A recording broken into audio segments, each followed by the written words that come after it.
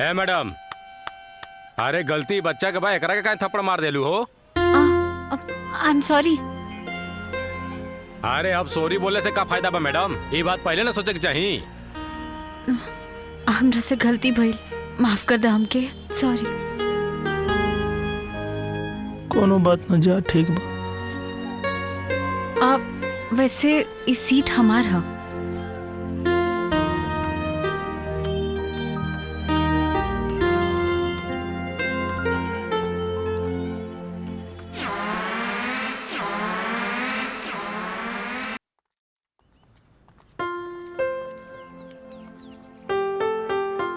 भौजी तू ले जाके भैया के दे दा, हम ना आई।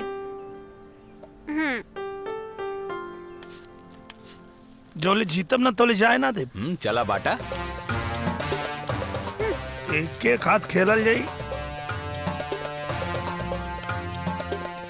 ए भाई ए, निकल निकल निकल, चलो चलो निकल।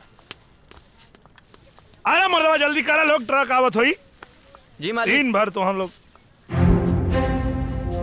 का हो, हम तो आज मरद हैं कि हमके खाना लेके आयल बाड़ू। हम तो ई सोच के आयल रहनी हा कि तू काम करत हो पा, बाकी तू ताश खेलत अड़ा। तू ए लायक नहीं खा कि तरह खाती केहू खाना लेके आई। अच्छा, तू कौना लायक बाड़ू? का लागता तोके? ई सब करके तू ई साबित कर देबू कि तोके हमार फिकर बा।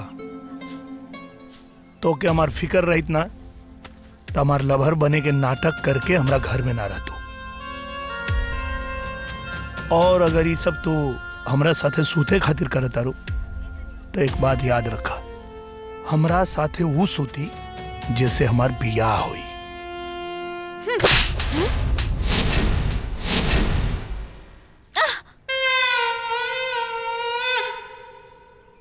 देखला, एगो औरत पे हाथ उठा बता रहे, पढ़ लिख के यही कुछ सिखला ना। जब सबके सामने ऐसा करता तो अकेले में कितना अत्याचार करत होई ना। दीदी, हैं? जे मेहरारू पे अत्याचार करेला भगवान के कबो माफ ना करी है। बकर बकर बत्ती आवत है लोग, देखलू यहाँ का बैला। इहवा आके ई का गलती कर लिया? एक तो इतना दूर से ई बेचारी तोहरा खातिर खाना लेके अलिया और तू बड़ा तिनकरा पे हाथ उठा देला ताकि शर्म नहीं खाओ। जा, एकदम बेशरम बाड़ा।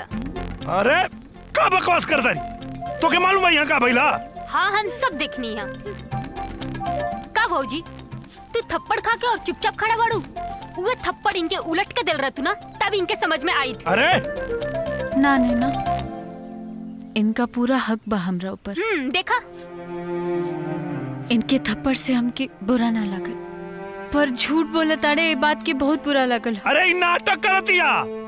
जा, तू कब्बो ना सुधर सकेला। चला भौजी। हाँ, हम ना सुधरब। एक मिनट, हम आवता नहीं। चुपचाप खाना खा लिया। तहरा भूख लागल हुई ना, हमरा गुस्सा में खाना खाइल छोड़ मत दिया।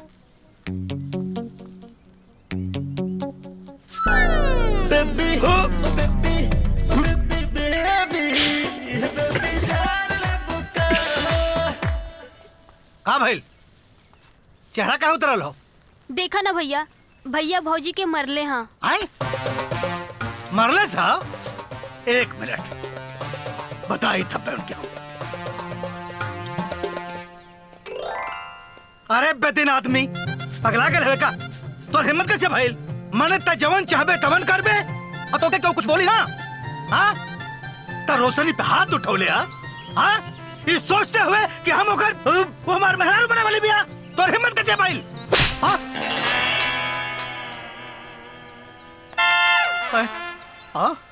चाहे कुछ हो जाए, अपन छोट भाई पे हाथ ना उठावे के चाहे बड़ भाई के। देखला, अब अपन छोट भाई पर हाथ उठा देलन। का जमाना आ गइल बा भैया। अब समझ में आयल यहाँ का भइला। मैंने गरम गरम तो खाई हाँ। Oh sorry. I'm so sorry. It's okay.